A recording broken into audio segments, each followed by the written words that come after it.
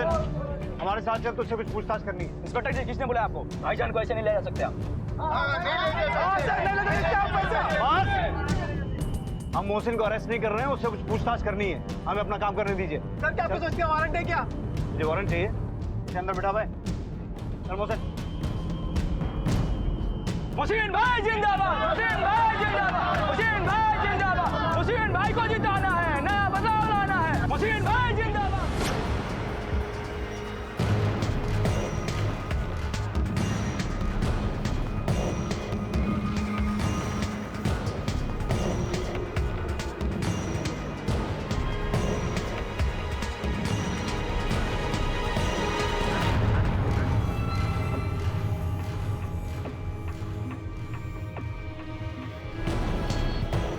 इस औरत को कहीं देखा है? हाँ सर, इस औरत को मैंने ही सरौली छोड़ा था। सरौली में कहाँ? तो सरौली में एक चौक के पास होने वाला मकान। देखिए सर, इलेक्शन का टाइम चल रहा है, ऐसे में पार्टियों में कहा सुनी, लड़ाई झगड़ा दंगा फसाद सब होता है। कहाँ नहीं होता है बताइए? तो इसका ये मतलब थोड़ी है कि हम अपने विरोधी का गला ही काट देंगे। क्यों? हो क्यों नहीं सकता? और तेरे खिलाफ तो पहले से 29 केस चल रहे हैं। मारपीट, धोखाधड़ी, दंगे के लिए उकसाना। देखिए साहब, ये जो भी आप इल्जाम लगा रहे हैं ना, सब झूठ है, फालतू है। अब आप खुद बताइए कि आज के टाइम पे गलत केस फाइल करना कितना आसान है, और खास करके हम जैसे इज्जतदार नौजवानों का। लेकिन हमने भी ठान लिया है कि हम नाइंसाफी के खिलाफ लड़ेंगे और हम वो करके रहेंगे। तो ये बता, 20 तारीख को शाम 5 से रात 12 बजे तक कहाँ था? 20 तारीख को सर, वो आपको पता है ना, इलेक्शन का टाइम चल रहा है सर, तो बस अपने समर्थकों के साथ निकल पड़े थे, पूरे शहर में घूम रहे थे, कहीं कहीं पोस्टर लगा रहे थे, कहीं प्रचार कर रहे थे। बस अब एग्जैक्टली कहाँ पे, किस समय, किस वक्त पे थे, वो बताना मुश्किल है।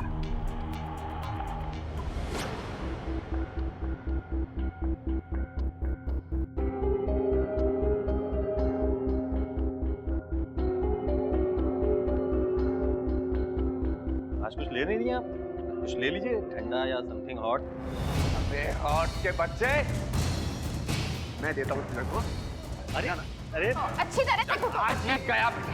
चल तो सुन। चल।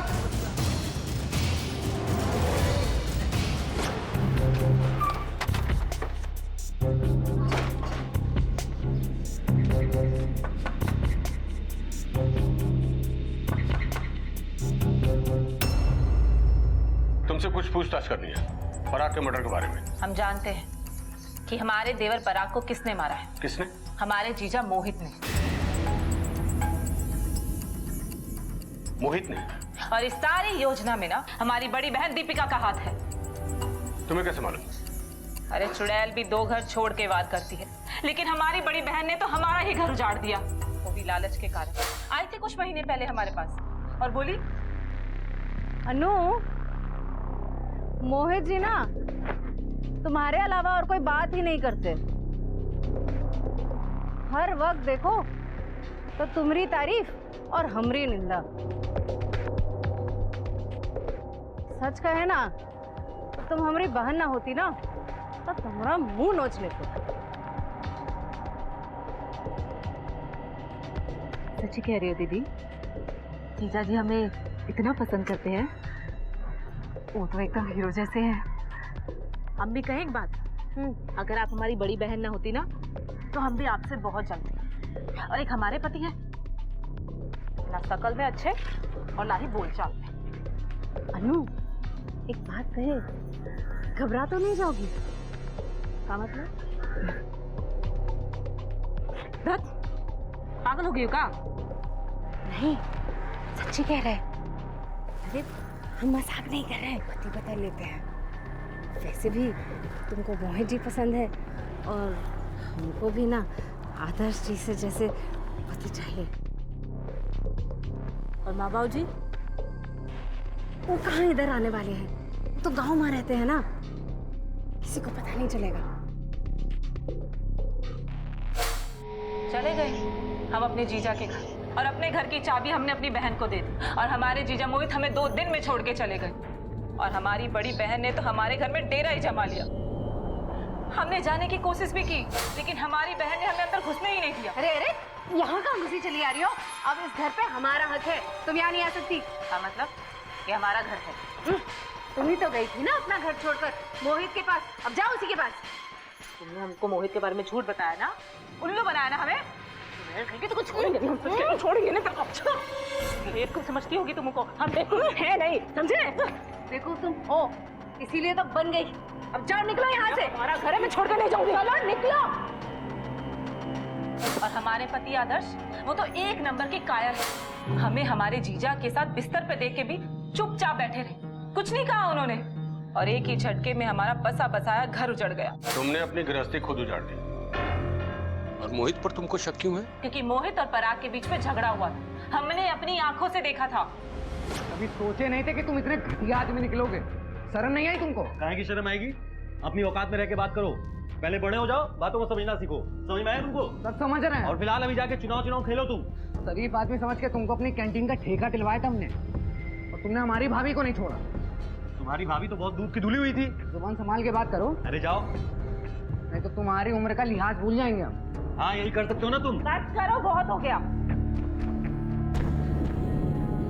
अच्छा, तो इसलिए मोहित ने पराग को मार दिया और उसका सर काटकर मंदिर में बलि चढ़ा दिया। सर सब बनाया हुआ बात है, बिल्कुल ध्यान मत दीजिए इसकी बात पे आप। क्यों, तुम्हारा पराग के साथ झगड़ा नहीं हुआ था? बिल्कुल नहीं हुआ था। खुद चुनाव के लिए हमसे मदद मांगने आया था, और हमसे ज्यादा प्रॉब्लम पराग को इससे थी। झगड़ा हुआ था हमारे सामने इससे। कैसी कैरेक्टरलेस औरत हो तुम? किसी आदमी से वफादार रह भी सकती हो कि नहीं? अरे कम से कम मेरे देवता जैसे भाई का तो ख्याल किया होता। छी, शर्म तक नहीं आई आपको? सर बातें बनाकर ये आपको बहका रही है, बस भरोसा मत कीजिए इसका। हम बहका रहे कि तुम बहका रहे हो? तुम बहका रही हो। हमारे सामने झगड़ा हुआ है सर। पराग का। आदर्श और दीपिका आए हैं कंप्लेंट लिखवाने के लिए। उनकी बेटी अदिति गायब है। क्या?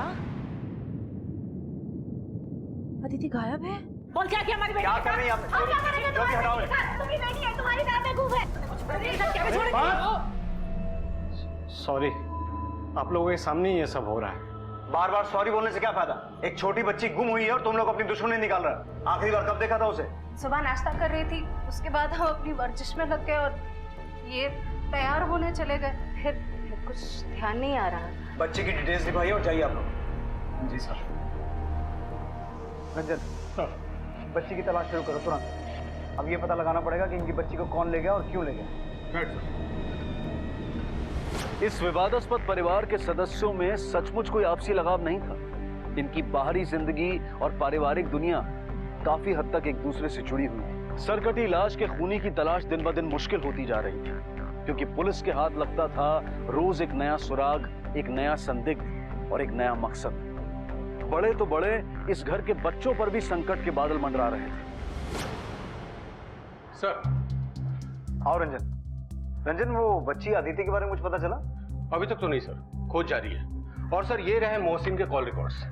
20 तारीख की रात को वो लालघाट के पास ही था। मतलब हम अभी उसे सस्पेक्ट लिस्ट से बाहर नहीं निकाल सकते? सर एक बात समझ में नहीं आ रही है कि अगर पराग की मौत की वजह कॉलेज की पॉलिटिक्स है, तो फिर बच्ची के गायब होने के पीछे क्या वजह हो सकती है? उसको किसने किडनैप किया होगा? हो सकता है परिवार पर दबाव बनाने के लिए, ताकि वो हत्या के मामले को आगे ना बढ़ाए।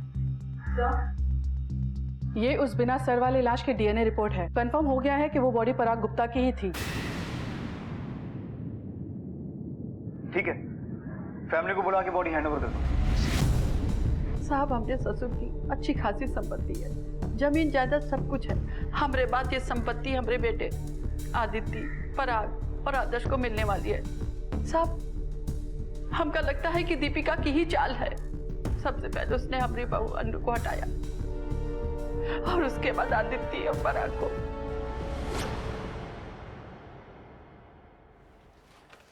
Thank you.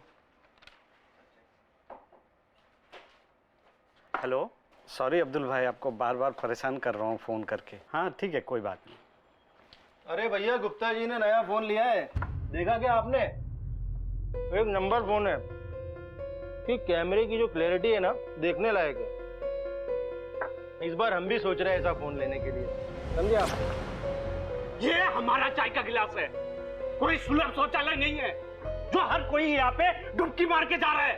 अरे आदर्श बाबू, चाय तो ली है, आप इतना क्यों भड़क रहे हो?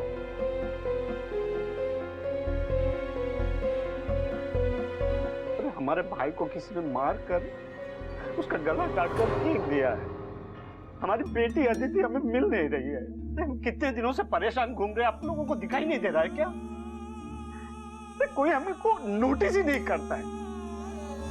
कोई हमें धक्का मार के चला जाता है, कोई हमारे चाय के गिलास में बिस्किट डुबो के चला जाता है, कोई टिफिन खा लेता है अपना।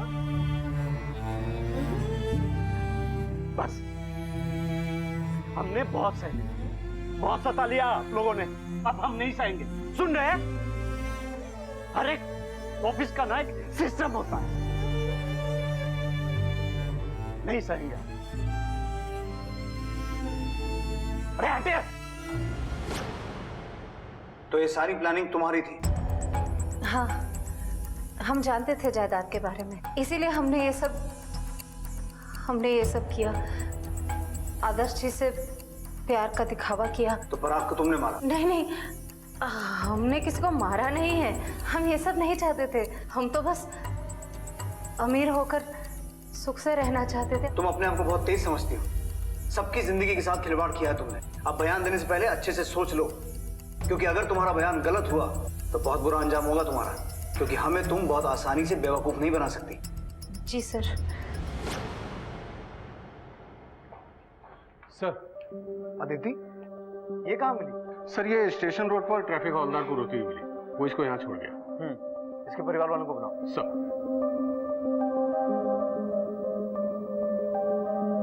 अच्छा मुझे एक बात बताओ, कहाँ चले गए थे आप? दीदी बेटा, कहाँ गए थे तुम? कहाँ चले गए थे? हाँ? आपको ढूंढने। मुझे ढूंढने गए थे? अदिति बेटा मुझे बताओ, कहाँ गए थे आप? मैं मम्मी को ढूंढने के लिए गई थी और मुझे समझ नहीं आ रहा था कि मैं कहाँ जाऊँ। मम्मी कहीं चली गई थी और मासी मम्मी बन गई थी। मम्मी को कोई ढूंढने नहीं आया था, इसके लिए मैं चली गई। बस बहुत हो गया, हमें हमारी बेटी मिल गई और हमें कुछ नहीं चाहिए। चलो अदिति। अदिति को कहाँ ले जा रही हो? वो हमारे साथ रहती है। छोड़ हमारी बेटी। मैंने कहा छोड़ हमारी बेटी को। लग जाएगी इसको। कैसे हमारे घर और पति को तो अपना बना ही लिया, अब हमारी बेटी को भी छीनना चाहती हो? बंद कीजिए तमाशा, बंद कीजिए। इस बच्ची को मोहरा बनाकर आप लोग अपनी लड़ाई लड़ रहे हो। तरस खाओ इस पर और अपना ये झगड़ा कोर्ट में जाके निपटाओ, यहां नहीं।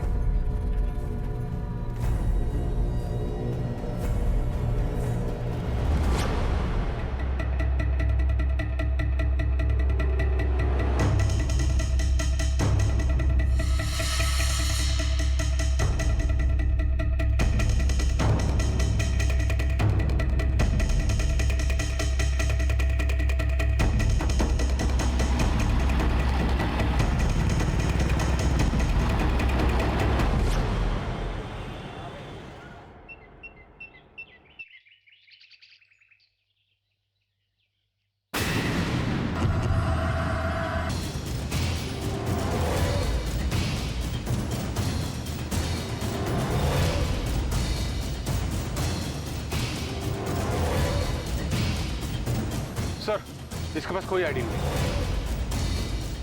आसपास का पूरा रिसर्च करो।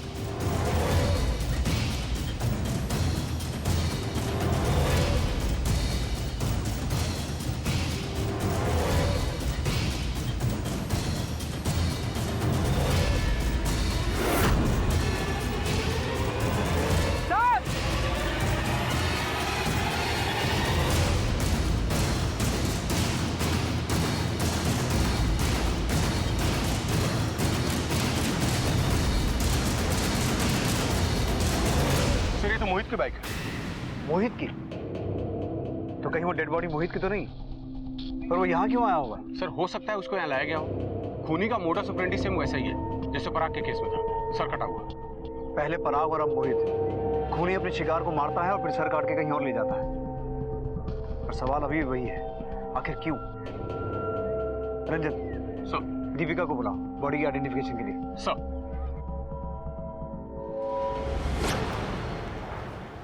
रंजन,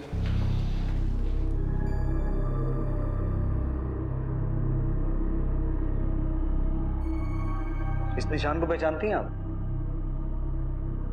ऐसा निशान तो मोहित के हाथ पे है। अनीता,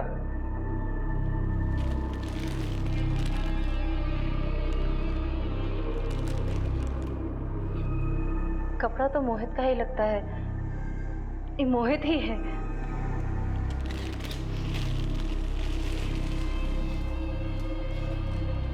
अब हम जाएं?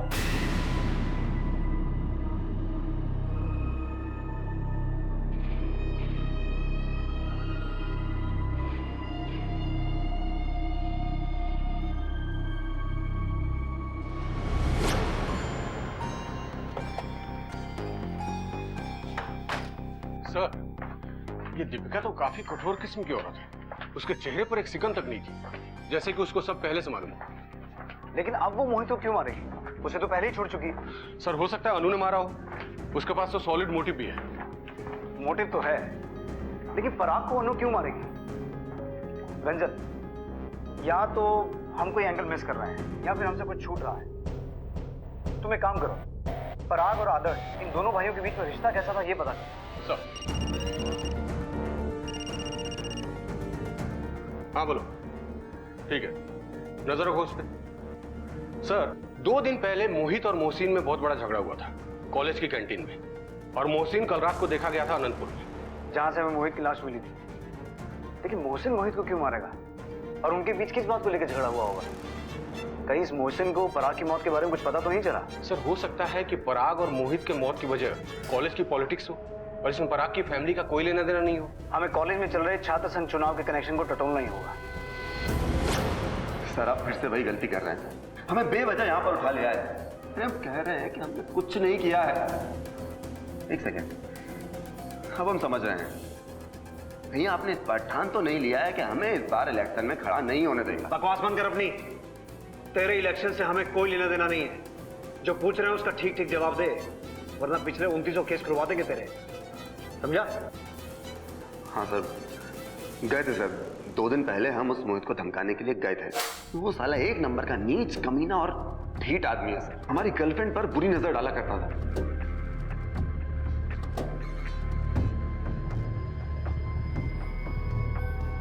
आज कुछ ले नहीं लिया आप?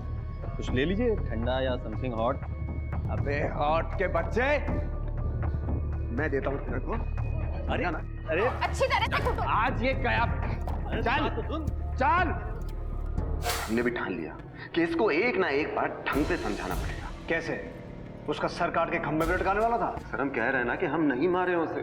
उस दिन हम उसके पीछे पीछे गए थे, लेकिन आधे रास्ते में हमारी बाइक खराब हो गई और वो कहीं आगे निकल गया। कहीं दिख ही नहीं रहा था। तो तूने उसे खोजा नहीं? खोजे सर, काफी देर तक खोजे। वो तो नहीं मिला, लेकिन उसकी बाइक हमें सड़क के किनारे पर पड़ी हुई मिली। हमने आसपास देखा, लेकिन कुछ समझ में नहीं आया, और रात भी बहुत हो चली थी, तो फिर हम वहां से निकल आए। जहां तुझे उसकी बाइक मिली उसके आसपास कुछ देखा? ऐसा कुछ खास तो दिखा नहीं, लेकिन वहाँ पे पास में एक ग्रे कलर का स्कूटर था। नंबर में आखिरी का नंबर था 1 और 3। वो हमारा लकी नंबर है ना, इसलिए याद रह गया। सर, हमें वहां कोई ग्रे कलर का स्कूटर तो मिला ही नहीं। आरटीओ से पता करो। ग्रे कलर का स्कूटर जिसके रजिस्ट्रेशन के एंड में 1 और 3 आता है।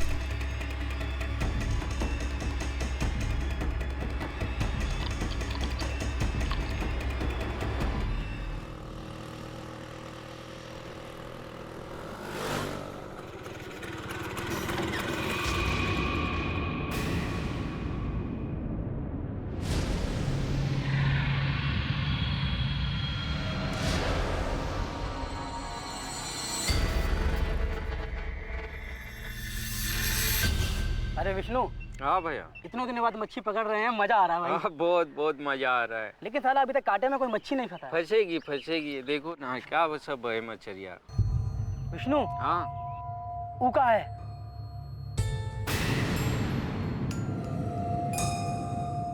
अरे लाश है तो। लाश, इसका तो मुंडिया भी नहीं है। फोन कर पुलिस को फोन कर, जल्दी कर फोन।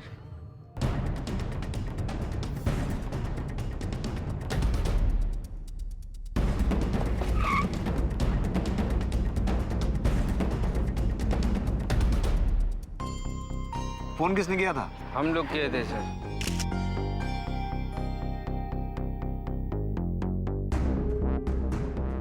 सर, इसके जेब से कोई आईडी तो नहीं मिली।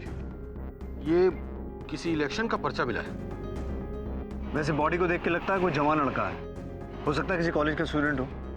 पता करो किस कॉलेज में चुनाव चल रहे हैं। सर, कोई सोच भी नहीं सकता था कि उस साधारण से दिखने वाले झोले से गिरेगा एक इंसान का कटा हुआ सर, या नदी किनारे मिलेगी एक सर कटी लाश। ऐसी कौन सी विकृत मानसिकता रही होगी जहां किसी की इतने अमानवीय तरीके से हत्या कर दी गई? और क्यों? आज की ये कहानी मिर्जापुर यूपी की है, जहां ऐसी ही विकृत मानसिकताओं ने पनप कर आतंकित और शैतानी रूप ले लिया था। ये केस जितना देखने में भयानक है, उससे कहीं ज्यादा खौफनाक हैं इसके पीछे छिपे कारण।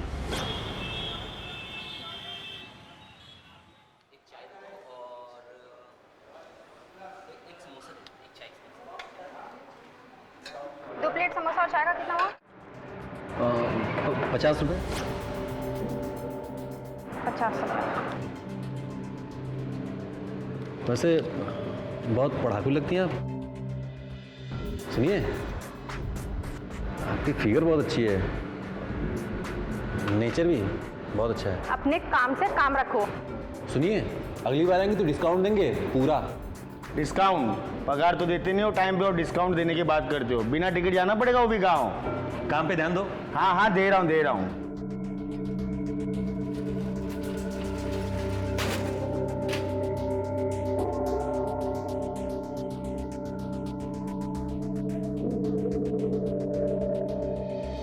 ये तो पीछे ही पड़ गई है। मोहित, मोहित, मोहित, मोहित।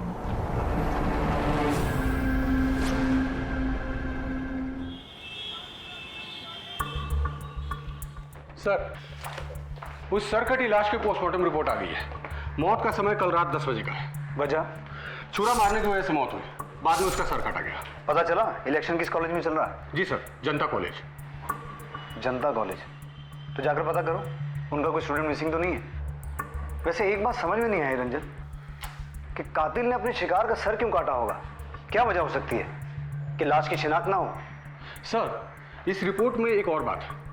जिस तरीके से सर काटा गया है, उसे देखकर लगता है कि कातिल कोई पेशेवर नहीं था। दादा, दारू पिलाओ। अरे सुनो,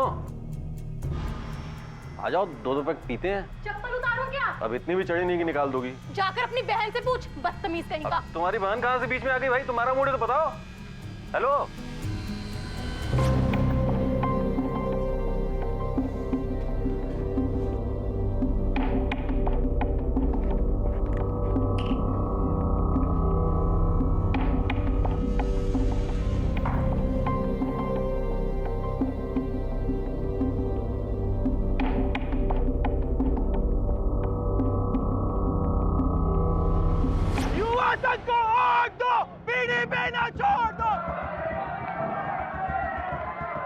जी सर।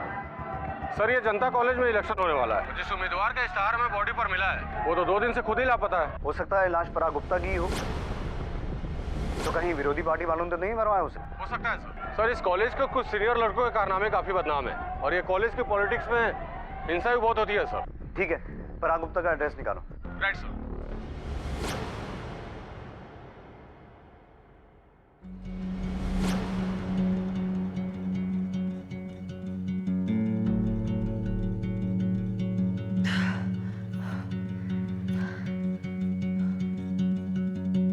नंगी पुंगी रुक जा जरा।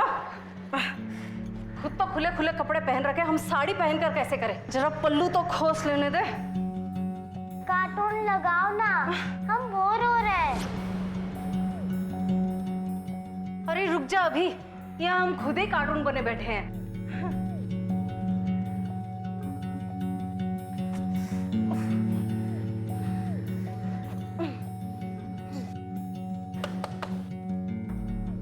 कौन आ गया है यहाँ सुबह सुबह?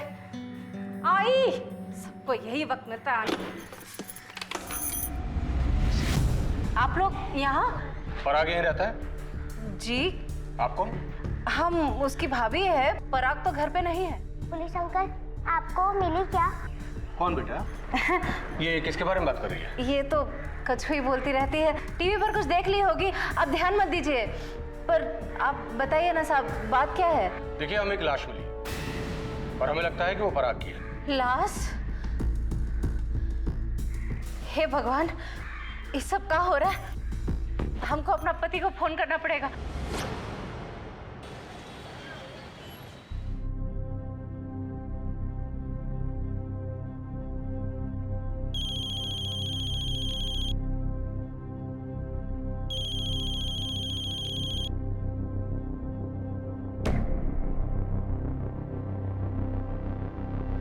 हेलो,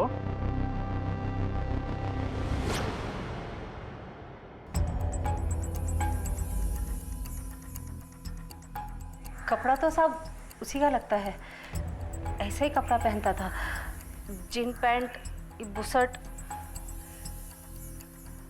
पर कोई ऐसा काहे करेगा? 2 दिन से आपका भाई घर नहीं आया, लेकिन आपने कोई मिसिंग कंप्लेंट दर्ज नहीं करवाई, क्यों?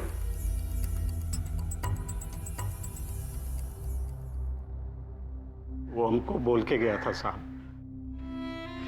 कि वो भानगढ़ जा रहा है अपने दोस्तों के साथ। हमको लगा वहीं पे है। 20 तारीख को निकला था साहब वो। सॉरी, हमको उसका और ध्यान रखना चाहिए था साहब। आपको सॉरी बोलने की जरूरत नहीं है। अपने किन दोस्तों के साथ गया था वो? करण और आदित्य के साथ। शाम को 5 बजे निकला था साहब। देखिए, बॉडी हमें जिस हालत में मिली है, उसकी आइडेंटिफिकेशन के लिए हमें उसका डीएनए टेस्ट करवाना होगा, और उसके लिए हमें आपके घर से सैंपल कलेक्ट करवाना होगा। ठीक है साहब।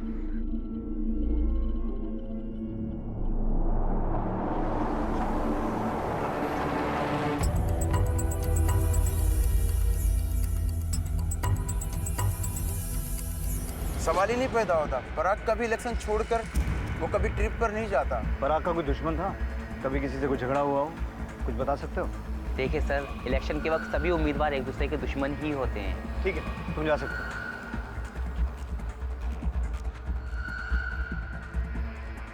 पता करो पराग का बाकी उम्मीदवारों के साथ कैसा इक्वेशन था। पता तो चले ये सच भी बोल रहे हैं कि नहीं।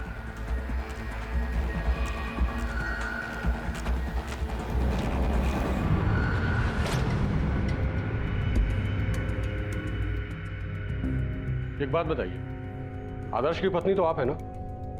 फिर ये रॉब कौन है? सर वो उनकी पहली बीवी है, छोड़ के भाग गई थी। तो फिर आप कौन है? जी हम दूसरी। पुलिस अंकल, ये हमारी मम्मी है। आपको मिली क्या? हमें बहुत याद आती है मम्मी की।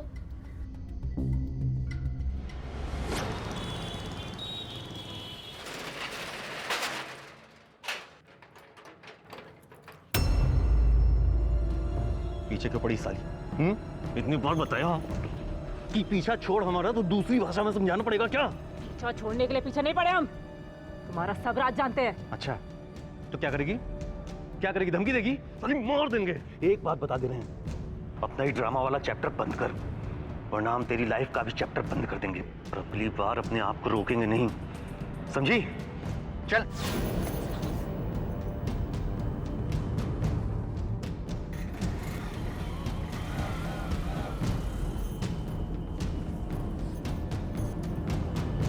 क्या चैप्टर बंद करेगा? चैप्टर हम बंद करेंगे। सर, पराग ने अपना आखिरी कॉल किसी मोहित बंसल को किया था 20 अगस्त को शाम के 7 बजे, और लोकेशन था लाल घाट के पास। मतलब मरने से 3 घंटा पहले। ये मोहित बंसल कौन है? सर, कैंटीन चलाता है, वही जनता कॉलेज में। मतलब शिकार और शिकारी दोनों जनता कॉलेज से जुड़े हैं। आओ मिलते हैं उससे। सर।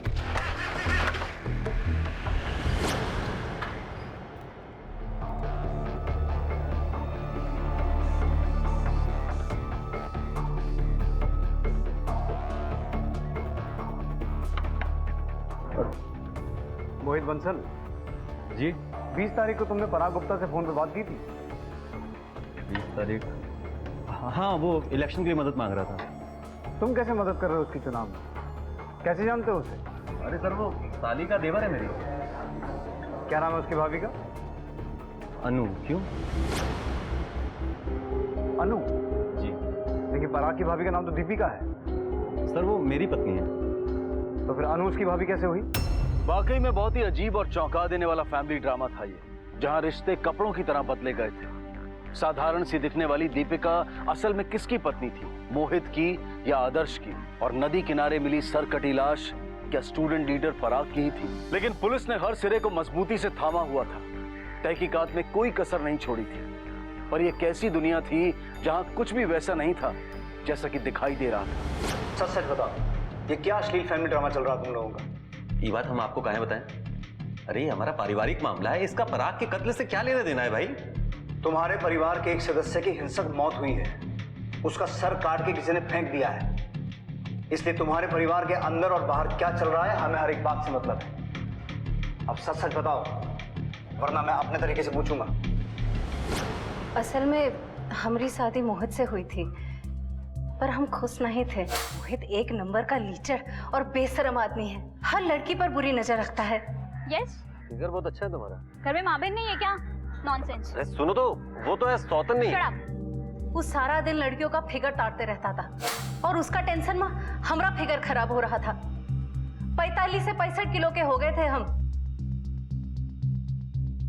और आदर्श जी, हमारी छुटकी बहन अन्नू के पति एकदम गौ। हमको भी ऐसा ही पति चाहिए जो हमरे काबू में रहे। साहब, किसी से लड़ाई झगड़ा करना हमको बिल्कुल भी पसंद नहीं है, लेकिन इसका मतलब ये नहीं है कि हम कायर हैं। और ये बात अन्नू बिल्कुल भी समझती नहीं थी। वो हमेशा मुझसे दुखी ही रहती थी। और एक दिन जब हम ऑफिस से घर लौटे तो हमें अपनी आंखों देखी पर विश्वास ही नहीं हो रहा था। हम क्या करें कुछ समझ में नहीं आ रहा था। हमने किसी से कुछ नहीं कहा और चुपचाप वहां से चले गए। और देर रात जब घर लौटे तो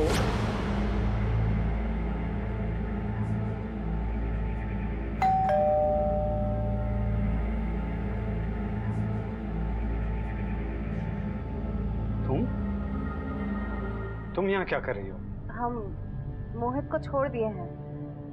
अब हम आप ही के साथ रहेंगे। अनु भी घर छोड़कर चली गई है। आप रखोगे ना हमें अपने साथ? अब अनु तो हमें छोड़ के चली गई थी, इसलिए हमने उसे कुछ नहीं कहा। तुमने दीपिका को समझाने की कोशिश नहीं की? आखिरकार तुम्हारी पत्नी है वो। हम कहें समझाएं? हमने पहले ही कहा कि उस औरत से जरा सा भी लगाव नहीं है हमको, बल्कि अच्छा हुआ हमको छोड़ के चली गई।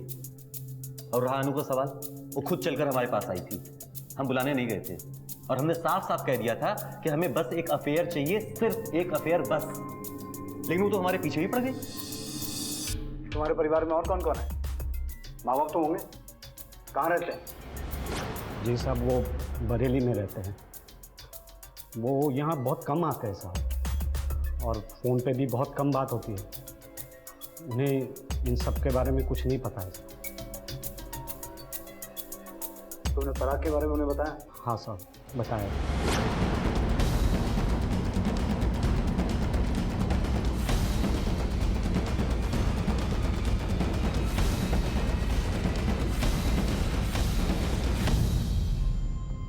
सर, एक बात समझ में नहीं आ रही है कि अनु मोहित का स्वभाव जानने के बावजूद भी उसके पास रहने क्यों गई?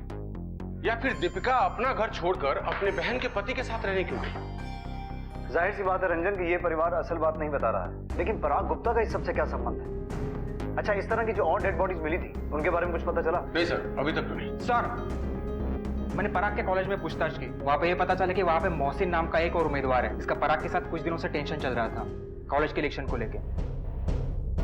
एक काम करो रंजन सर, तुम अन्नू के बारे में पता करो, क्योंकि उसकी बहन भी नहीं जानती कि वो कहाँ है।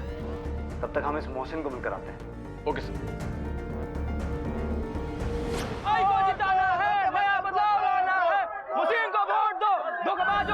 ग्रे कलर का स्कूटर जिसके रजिस्ट्रेशन के एंड में 1 और 3 आता है, किसके नाम पर है? Sir, UP 63M4213। ये ग्रे कलर का स्कूटर तुम्हारे नाम पर रजिस्टर्ड है। अब सच सच बताओ, पराग और मोहित को क्यों मारा? हम क्यों मारेंगे किसी को? क्योंकि तुम्हारी मोहित से दुश्मनी थी। उसने तुम्हें ठुकरा दिया था।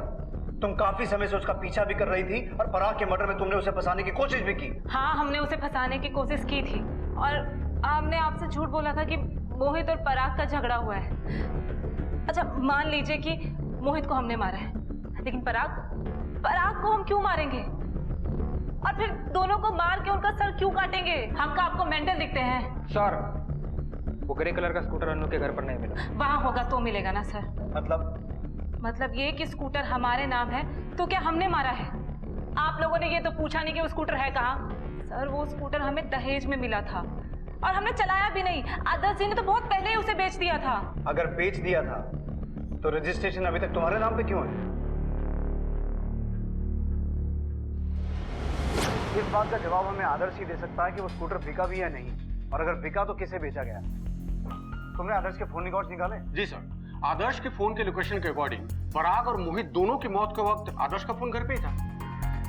अब या तो ये इनोसेंट है और हमें अपना इन्वेस्टिगेशन नए तरीके से शुरू करना पड़ेगा, या फिर बड़ी चालाकी से हमें गुमराह कर रहा है। क्या आदर्श जैसा बंदा ये काम कर सकता है? मेरा मतलब सर काट कर।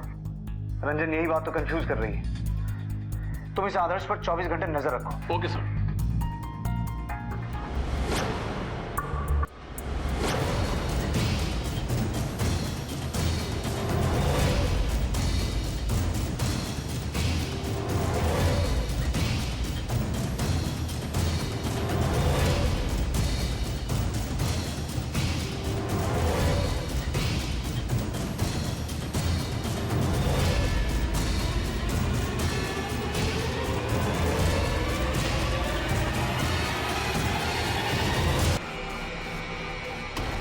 उसका भेजा कहाँ है?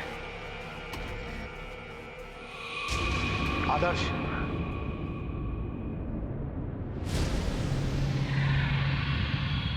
सॉरी, पूछे जो कुछ भी पूछना है। अब नहीं मारा है दोनों को। अरे पूरी दुनिया उसको पसंद करती थी, यहाँ तक कि हमारी बीवी भी। हमारी ये शर्ट ठीक से प्रेस नहीं हुई है, क्रीज बाकी है, थोड़ा कर दो। अरे बाद में करेंगे, अभी हम पराग की टी शर्ट प्रेस कर रहे हैं, उसे कॉलेज के लिए देरी हो रही है। भाभी हमारी टी शर्ट प्रेस हुई क्या? हाँ भैया, हो गई तुम्हारी टी शर्ट प्रेस। लो हम पहना देते हैं। उसके बाद हमारी बीवी अनु हमें धोखा देकर चली गई। उसके बाद आई दीपिका, उसने भी हमारे साथ वही किया। ज्यादा नहीं, आराम। अरे खा लो, तुम्हें अच्छी मेहनत करनी है। अभी बड़े नेता बनोगे तो याद करोगे। हमारे रोटी पे भी थोड़ा सा घी डाल दो। आपको घी खाकर क्या करना है? आपने आज तक कोई झंडा गाड़ा है जो अब गाड़ोगे? उसके बाद वो पराग, उसने भी कोई कसर नहीं छोड़ी थी हमारी बेइज्जती करने में। किस टाइप के मर्द हैं आप? अरे हम तो भूल गए थे, आपको नामर्द है ना। उस दिन हम रात को जाके बहुत सोचे, बहुत क्या करना है हमें, और हमने वो किया। हमने रात को 10 बजे पराग को फ़ोन करके लाल घाट पे बुलाया। हमने रात को 10 बजे पराग को फ़ोन करके उसको वहीं पे मारा और अलग कर दिया। हम उसके सर को लेके स्कूटर से जा रहे थे, तभी स्कूटर को झटका लग गया। उसका सर थैली से फट के बाहर निकल आया और फिर नाली में गिर गया। हमने सोचा कि नाली से सिर को निकाल ले, नहीं निकाल पाए। हम बहुत दुखी हो गए, हमारे सारी मेहनत पे पानी फिर गया वो। इसीलिए हमने दूसरा टारगेट बनाया मोहित को। मोहित को मैंने आनंदपुर फ्लाईओवर के पास बुलाया, उसको मैंने वहीं मारा और उसके सर को धड़ से अलग कर दिया और शरीर को वहीं फ्लाईओवर के पास फेंक दिया। तुम मोहित का भेजा खाना क्यों चाहते थे? हाँ, मैंने इंटरनेट में पढ़ा था कि जिसके दिमाग में ना ज़्यादा न्यूरॉन्स होता है वो बहुत पावरफुल होता है। तो मेरे सामने 2 ही आदमी का नाम आया, एक है मोहित और एक है पराग। मैंने सोचा अगर इन लोगों के न्यूरॉन्स मुझे मिल गए तो मैं भी उनके तरह पावरफुल बन जाऊंगा, बिल्कुल दबंग।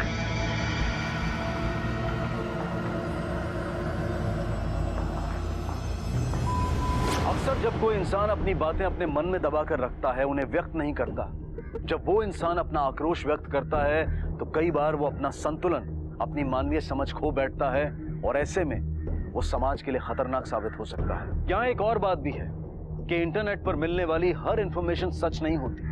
कभी मजाक में तो कभी भटकाने के लिए लोग अपनी जाती इंफॉर्मेशन डालते रहते हैं, लेकिन उस जानकारी का गलत सोच से भी इस्तेमाल हो सकता है। अब मैं अनूप सोनी आपसे विदा लेता हूँ, फिर मुलाकात होगी अगले एपिसोड में जुर्म की एक और कहानी के साथ।